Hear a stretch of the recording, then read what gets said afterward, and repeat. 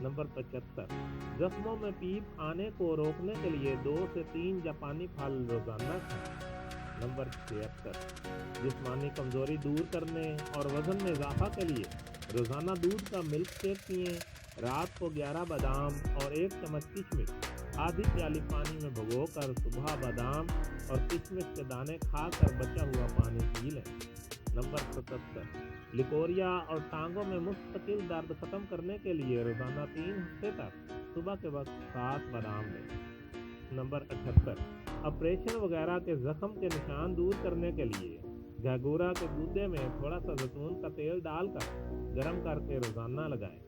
Number 79 ہاتھوں میں کھجلی اور خارش روکنے کے لیے گھیا یعنی کہ لوکی کچل کر صبح و شام اس کا رس ہاتھوں پر ملیں۔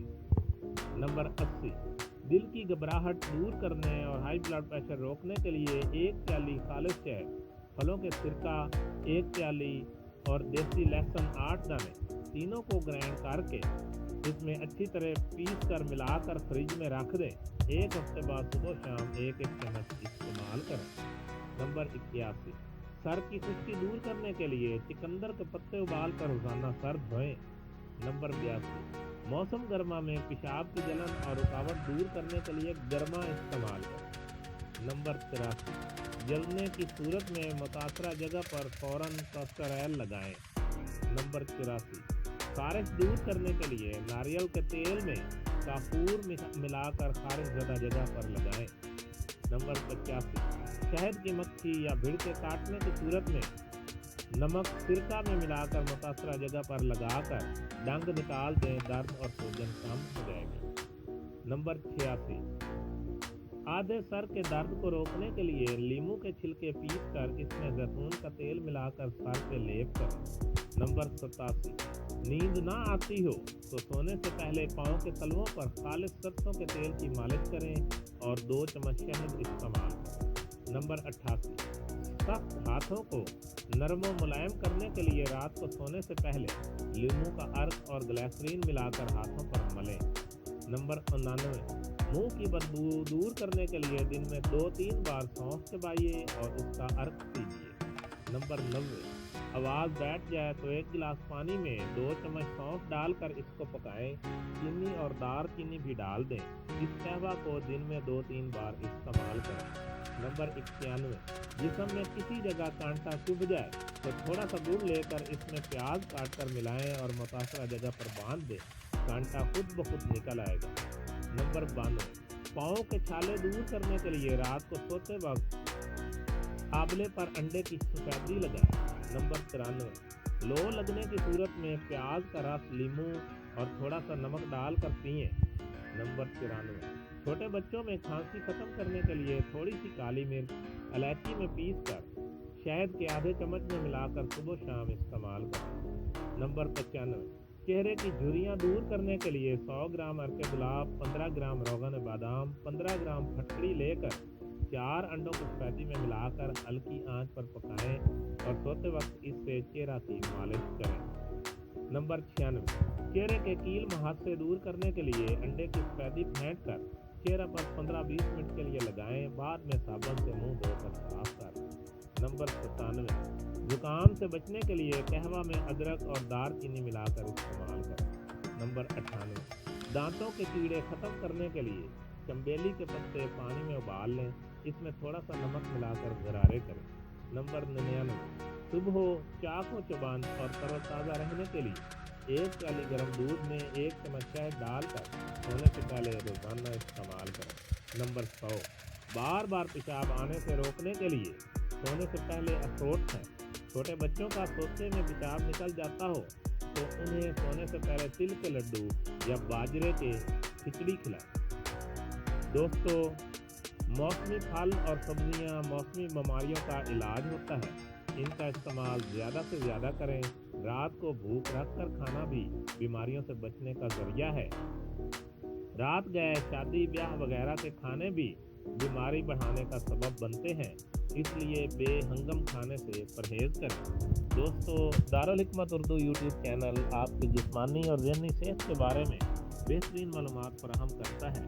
اپنی صحت کے بارے میں بہترین معلومات حاصل کرنے کے لیے ہمارے چینل کو سبسکرائب کریں، ویڈیو کو لائک اور شیئر کریں اور کمنٹ باکس میں کمنٹ ضرور کریں تاکہ ہم آپ کی بہترین آراء سے آگاہ رہیں۔ خوش رہیں، خوشیاں بانٹیں۔ شکریہ۔